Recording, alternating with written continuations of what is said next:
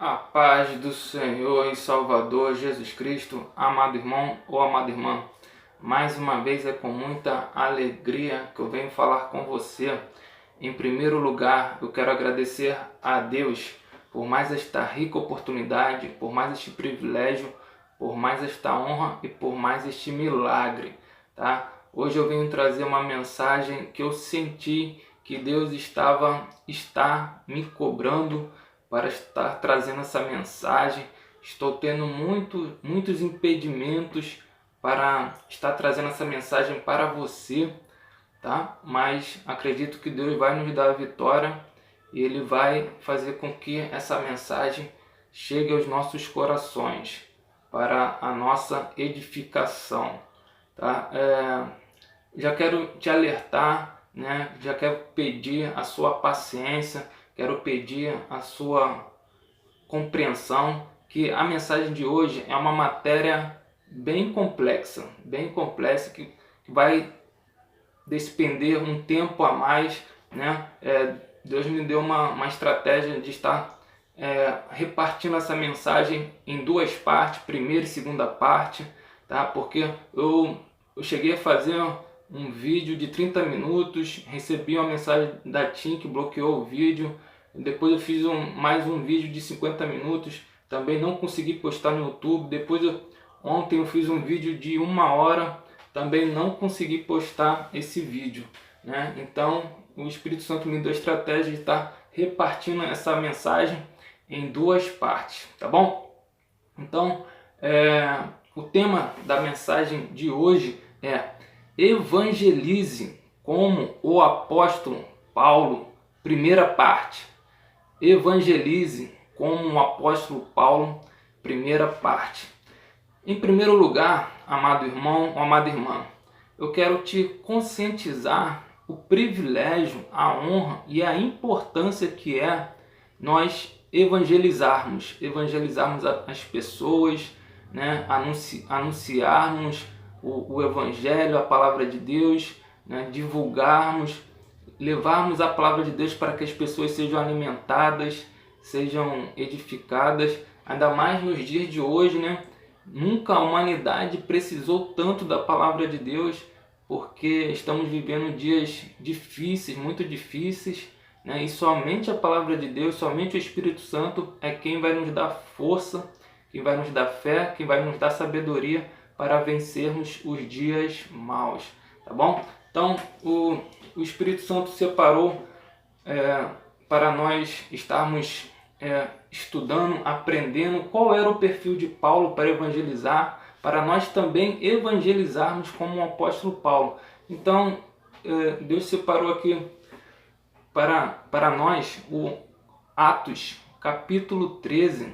O capítulo 13 todo de Atos, ele é um capítulo bem propício, né? Ali mostra exatamente quase tudo, o perfil, né? Quais são os requisitos necessários para a pessoa ser uma evangelista, né?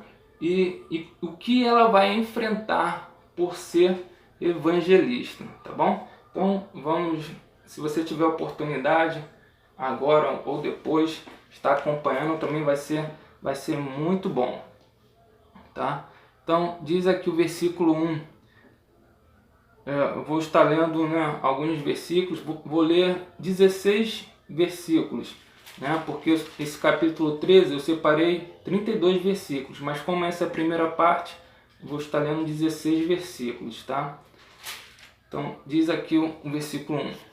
Havia na igreja de Antioquia profetas e mestres: Barnabé, Simeão, por sobrenome Níger, Lúcio de Cirene, Manaém, Colasso de Herodes, o tetrarca, e Saulo. Por que eu separei aqui esse versículo 1? Né? Porque não foi à toa que o Espírito Santo escolheu Barnabé e Saulo para esse ministério de evangelismo, né? Vemos aqui que Barnabé e Saulo, eles eram o quê? Profetas e mestres, né? Profeta é uma pessoa separada por Deus, ungida por Deus, né, que o Espírito Santo fala diretamente a ela, então, né, é uma pessoa escolhida, separada, né, consagrada. E mestre, mestre é professor, a pessoa capacitada, instruída, preparada. Então, o que nós aprendemos aqui nesse versículo 1? Que para sermos evangelistas, nós temos que ser consagrados a Deus, temos que ser separados, né? Temos que ser ungidos por Deus, pelo Espírito Santo, muito importante. E também temos que ser preparados por Deus. Temos que ser preparados, capacitados, instruídos, né? E temos que ser preparados, né? Temos que procurar nos preparar, estudar, nos qualificar, né? Porque as pessoas recebem melhor quem se comunica melhor, quem se comunica de uma forma correta, né? Então isso também é muito importante, tá bom? Então temos também o versículo 2. E servindo eles ao Senhor e jejuando, disse o Espírito Santo: separai-me agora Barnabé e Saulo para a obra a que os tenho chamado. Então temos alguns detalhes aqui muito importantes aqui nesse versículo 2, né, que me chamou a atenção: e servindo eles ao Senhor. Então, nós fomos chamados para servir ao Senhor. E como é? Isso também eu aprendi lá na minha igreja, né, com o meu pastor Sullivan. Como é que a gente serve a Deus, né? Como é que a gente serve ao Senhor? Quando a gente serve o nosso próximo, né? Quando a gente serve o nosso próximo. O Senhor Jesus Cristo, sendo o Rei dos Reis, Filho de Deus, ele falou: eu não vim para ser servido, mas eu vim para servir, né? Então ele falou: quem quiser ser o maior no reino de Deus, que seja como o menor, e sirva a todos.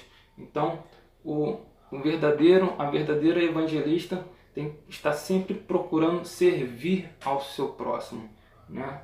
E jejuando. Eu tenho muita tristeza em ver tantos pastores falando contra o jejum, que o jejum foi abolido pelo Senhor Jesus, e desprezando. É uma coisa tão repugnante, né? E a palavra de Deus não diz nada contra o jejum, muito pelo contrário, vem reforçando. O jejum é muito importante para a nossa saúde física, para a nossa consagração, para nós dominarmos, né, o nosso corpo físico, a nossa carne, né? Então, aqui para mostrar que quem quer, né, servir o Senhor, ser evangelista, cumprir esse chamado, né? Até esqueci, lembrei agora, de dizer qual é a importância do evangelismo, de evangelizar. Acredito eu que as coisas mais importantes na vida do ser humano sejam 4, tá? Primeiro, somos nós cuidarmos da nossa própria salvação. Segundo, somos nós cuidarmos da salvação da nossa família, né? Porque a palavra de Deus diz que aquele que não cuida dos seus é pior do que os infiéis, negou a sua fé. E somos nós evangelizarmos. Por que evangelizar é tão importante? Você pode me perguntar. Porque o nosso propósito de vida, né? O nosso propósito de vida é tudo aquilo que vai transcender a eternidade, que vai resultar na eternidade, que vai redundar na eternidade, tá? Esse é o nosso propósito de vida realmente, tá? E isso é o mais importante, né? Graças a Deus eu tive o privilégio de ajudar alguns clientes meus a conquistar o mais importante sonho do ser humano, que é adquirir, né, conquistar a sua casa própria. Mas esse não é o meu propósito de vida, porque tudo isso material vai ficar aqui nesse mundo. Tudo material aqui nesse mundo vai ficar aqui. Nós temos que viver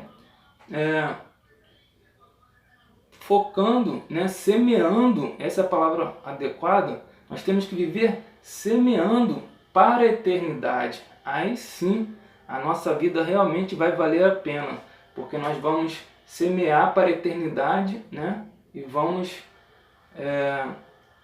estar, né, ajudando, facilitando o Espírito Santo a estar salvando vidas, edificando vidas, e isso vai perdurar para todo sempre. Isso é o mais importante na nossa vida, né? E por quarto, acredito também que a quarta coisa mais importante na vida do ser humano é cuidar, apacentar as ovelhas de Cristo, né? Ajudar com que elas venham a alcançar a salvação em Cristo Jesus.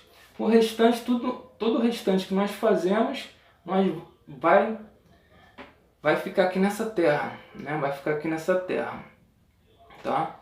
Então, essa é a importância de nós evangelizarmos, né? E acredito eu que Deus estava me cobrando para estar trazendo essa mensagem, porque Deus está querendo, né, alistar, recrutar evangelistas para estar ganhando almas para o seu reino.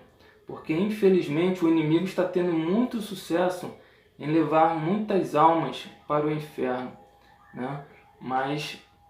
E a nossa responsabilidade é muito grande, mas Deus ele nos dá a graça e capacitação para estar cumprindo o nosso chamado, tá bom? Então, vamos aqui para o versículo, né? A gente estava lendo o versículo 2. Disse o Espírito Santo, né? Então, eu vejo também com muita tristeza, né?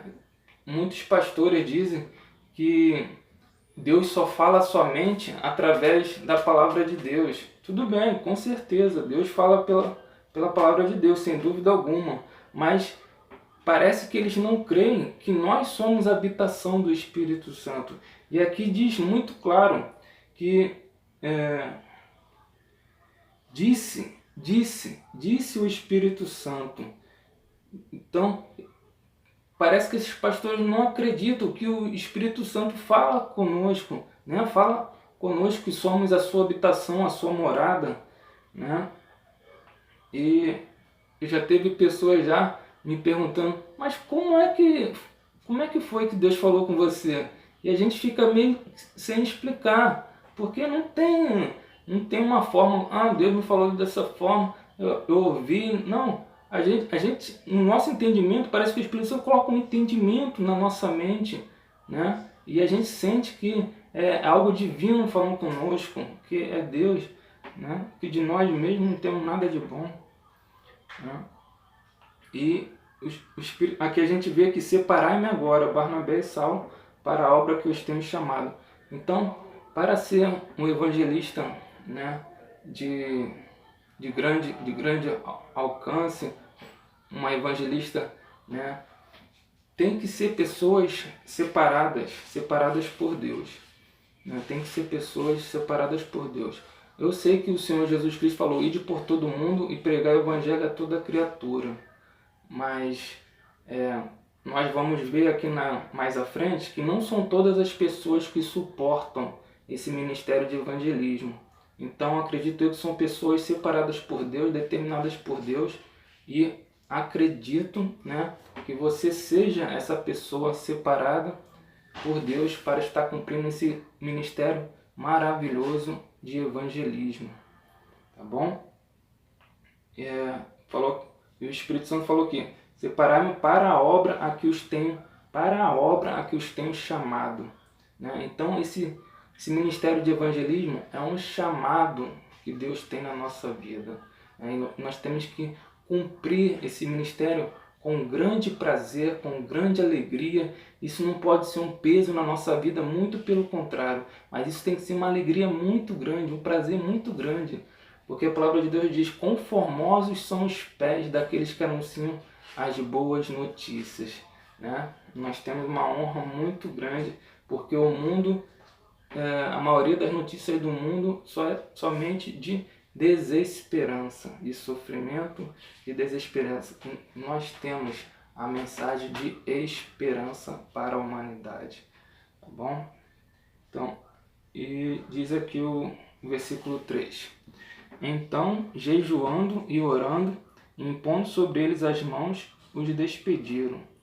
Então aqui mais uma vez separei esse versículo também para mostrar que o evangelista, a evangelista tem que ter uma vida de consagração.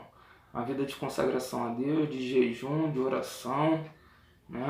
Isso é muito importante. E depois nós vamos ver que tem outro requisito que é essencial, indispensável. A gente vai ver daqui a pouco. E separei aqui também o versículo 4, do capítulo 13 de Atos. Enviados, pois, pelo Espírito Santo, desceram a Seleucia e dali navegaram para Chipre. Então, a evangelista, para ter sucesso, êxito no seu ministério, tem que sempre procurar ser dirigido pelo Espírito Santo, sempre ser impulsionado pelo Espírito Santo. Nada pode vir de sua própria vontade, do seu próprio impulso. Nada. Você tem que deixar o Espírito Santo te mover. Então aqui eles foram enviados, pois, pelo Espírito Santo. Como o Senhor Jesus foi enviado pelo Espírito Santo ao deserto para ser tentado. Então isso é muito importante também.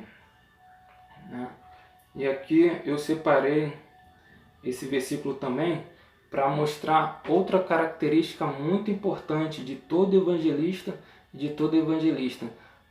O verdadeiro evangelista, ele está sempre em movimento, sempre com dinamicidade, está sempre indo ao encontro do seu destinatário, ao encontro das pessoas que estão receptivas para receber, para ouvir a palavra de Deus, para se alimentar e para perseverar na doutrina do Senhor. Então, esse é um ponto muito importante. O evangelista não fica esperando as pessoas virem até ele. Não, ele vai ao encontro das pessoas para estar anunciando a palavra de Deus. Isso é muito importante também. Chegados a Salamina, anunciavam a palavra de Deus nas sinagogas judaicas, tinham também João como auxiliar. Então, separei aqui esse versículo 5 para enfatizar aqui que eles tinham João Marcos como auxiliar, como cooperador. Então é sempre importante o evangelista estar valorizando, estar fortalecendo, cuidando dos seus colaboradores, seus cooperadores. É dessa forma que nós temos que fazer com as nossas famílias, porque ninguém vence sozinho, ninguém faz nada sozinho. Então temos sempre que valorizar as pessoas que estão do nosso lado, nos ajudando. Diz aqui o versículo 6. Havendo atravessado toda a ilha até Pafos, encontraram certo judeu mágico, falso profeta, de nome Bar Jesus.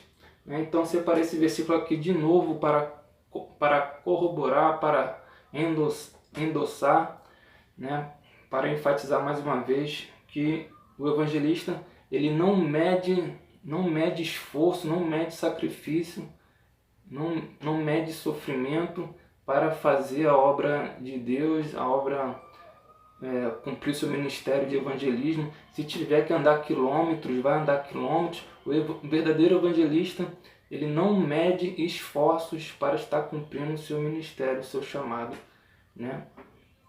ao Senhor e ao seu próximo. E separei aqui também esse versículo para mostrar a dinamicidade do evangelista. Está sempre em movimento, está sempre indo ao encontro das pessoas que precisam ouvir a palavra de Deus. Separei aqui também o versículo 8. Mas opunha-se-lhes Elimas, o mágico, porque assim se interpreta o seu nome, procurando afastar da fé o procônsul. Por que eu separei aqui esse versículo? Como eu disse logo no início, que nós íamos ver aqui nesse capítulo o que o evangelista enfrenta no seu ministério. As pessoas que recebem mais oposição, mais perseguição, são os evangelistas, as evangelistas, os evangelistas. Por quê? Porque os evangelistas estão mexendo diretamente com o inferno, né? Eles estão impedindo que pessoas venham para o inferno. E isso revolta muito ao inimigo. Isso revolta muito ao inimigo. Então o inimigo fica furioso, tentando impedir, levantando os seus instrumentos, os seus filhos, né? Para estar se opondo aos evangelistas e levantando perseguição, né? Então é importante nós termos essa consciência de que, se quisermos cumprir esse ministério de evangelismo, nós vamos enfrentar muitas oposições, muitas perseguições, mas não temos que ter medo disso. Muito pelo contrário, temos que nos alegrar, porque é sinal que estamos agradando a Deus e é sinal que o inimigo não está satisfeito conosco. Mas eu te pergunto, você quer que o inimigo fique satisfeito com você? Acredito que não. Então isso é motivo de muita alegria, né? E já agradeço a Deus por estar sentindo a presença dele maravilhosíssima pela misericórdia do Senhor, né? E diz aqui o versículo 9. Esse versículo 9 aqui acredito que seja o mais importante, é o requisito mais importante, indispensável, imprescindível, essencial, né, na vida do evangelista, da evangelista. Diz assim: todavia, Saulo, também chamado Paulo, cheio do Espírito Santo, fixando nele os olhos, disse. Então, como eu disse, é requisito indispensável, essencial, imprescindível, todo evangelista ser cheio do Espírito Santo. Porque nem o próprio Senhor Jesus, Filho de Deus, né, ousou começar o seu ministério enquanto ainda não tinha sido revestido pelo Espírito Santo de Deus, né? Porque, como eu te falei, o evangelista ele vai mexer diretamente com o inferno. Então tem que estar cheio, transbordando, revestido do Espírito Santo, né? Com a armadura de Deus. Aí sim vai ter poder, condições de estar vencendo as oposições e as perseguições, né?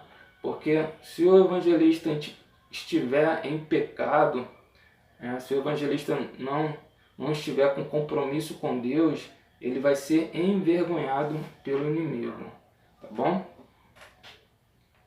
Então diz aqui o versículo 10: ó filho do diabo, cheio de todo engano e de toda malícia, inimigo de toda justiça,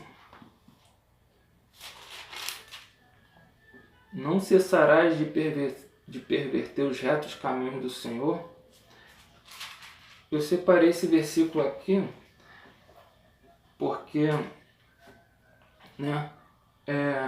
por que o evangelista, a evangelista são tão importantes? Porque, infelizmente, né, a maioria das pessoas no mundo estão dominadas pelo espírito do engano, né?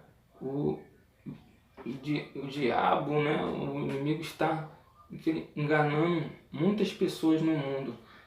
E esse engano leva ao sofrimento, leva para o inferno, uma vida de infelicidade. E como é que as pessoas vão sair desse engano, dessa malícia, de ser inimigos de toda a justiça, quando elas conhecerem a verdade, que é a vontade de Deus, que é boa, perfeita e agradável, né? Quando elas tiverem um encontro com essa verdade, o Senhor Jesus Cristo, ele disse: e conhecereis a verdade, e a verdade vos libertará. Então, por isso que os evangelistas são importantes, são tão importantes, são importantes também, porque estão levando essa verdade, né? Anunciando a palavra que vai tirar esse engano, essa cegueira espiritual das pessoas, né? Isso é muito importante, ainda mais nos dias de hoje. Aí eu separei aqui também o versículo 11 e o 12, né? Um complementa o outro. Diz aqui: pois agora, eis aí está sobre ti a mão do Senhor, e ficarás cego, não vendo o sol por algum tempo. No mesmo instante, caiu sobre ele névoa e escuridade, e andando à roda procurava quem o guiasse pela mão. Então, versículo 12, o procônsul, vendo o que sucedera, creu maravilhado com a doutrina do Senhor. Então, por que o procônsul, o governador, né, Sérgio Paulo, depois, se você tiver um tempo, né, se você puder ler todo esse capítulo 13, né, você vai entender um pouco melhor aqui, né? E esse procônsul, ele somente creu maravilhado com a doutrina do Senhor porque ele viu o que sucedera na vida desse falso profeta, desse mágico Elimas, né? E é da mesma forma acontece conosco. As pessoas somente vão crer, né, maravilhadamente com a doutrina do Senhor se elas verem, né, se elas verem o nosso testemunho de vida, né, coerente com a palavra de Deus, se elas verem os nossos bons frutos, as nossas boas obras, né, se elas verem que nós estamos, né, sendo útil para o nosso próximo, que Deus está nos usando, né, para abençoar o nosso próximo. O Senhor Jesus Cristo, ele falou que sem mim nada podereis fazer. Então, eu ouvi esses dias dizendo que as palavras convencem, né? O Dr. Laí Ribeiro falou, estava ouvindo ontem, ele falou que as palavras convencem, mas o exemplo arrasta. E depois o Espírito Santo foi falando mais comigo, dizendo o seguinte, que as palavras convencem por um certo tempo, mas o nosso testemunho de vida, a nossa vida, ela transcende, né, gerações, ela sobrevive por gerações. Isso, né, é bem verdadeiro, porque as obras de Jesus, o testemunho de vida do Senhor Jesus está vivo até os dias de hoje, depois de 2000 anos, né? Temos os grandes profetas, o patriarca Abraão, Moisés, e suas obras estão vivas até hoje. Então, o mais importante não é o que nós falamos. O brasileiro, ele já não aguenta mais de ouvir tantas pessoas falando, mas não vivem o que falam, né? Temos aí os nossos políticos que, se não forem os mais persuasivos, mais eloquentes, estão entre os mais, né, dessa forma. Mas isso não conta muito, né? O que nós falamos não conta muito. O que vai contar muito é o que dizem as pessoas que vivem próximas de nós, né? São as pessoas que vivem próximas de nós, que vivem conosco. Isso conta para as outras pessoas, nosso testemunho de vida, tá?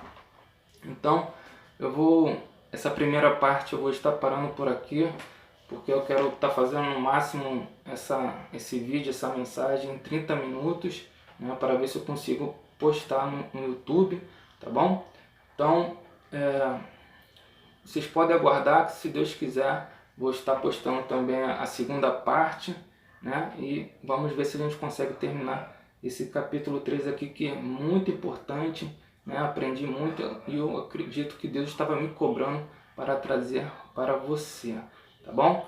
Então, fique com Deus e nunca se esqueça, e não vos conformeis com a vontade do diabo, no mundo, na sua vida, na sua família, no seu trabalho e no seu ministério. Mas transformai-vos hoje, quem? O mundo, através da renovação do seu entendimento, que vem por meio da palavra de Deus, para que ela seja executada por meio de você e de mim, assim na terra como no céu. Fique com Deus. Amém.